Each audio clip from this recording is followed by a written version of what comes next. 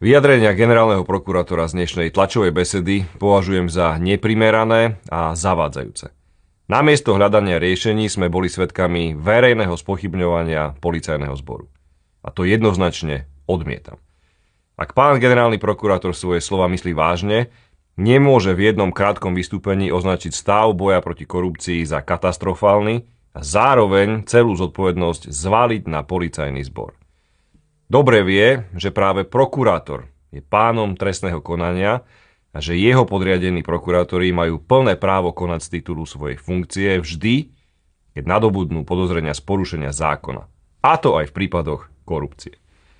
Ak by pán generálny prokurátor vystupoval ako prokurátor a skutočne považoval boj proti korupcii za nedostatočný, mal by to byť práve on, kto by z titulu svojej funkcie inicioval rokovanie s príslušnými štátnymi orgánmi, napríklad aj polície, a navrhnúť konkrétne opatrenia na zlepšenie.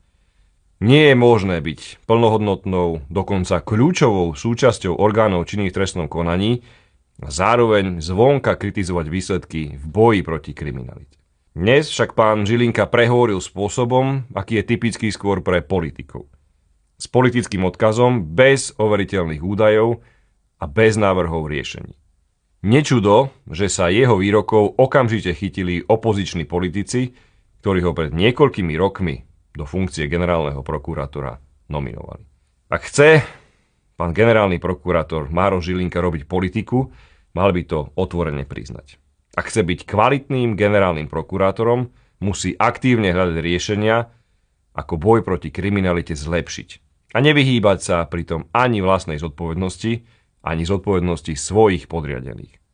U mňa má vždy dvere otvorené.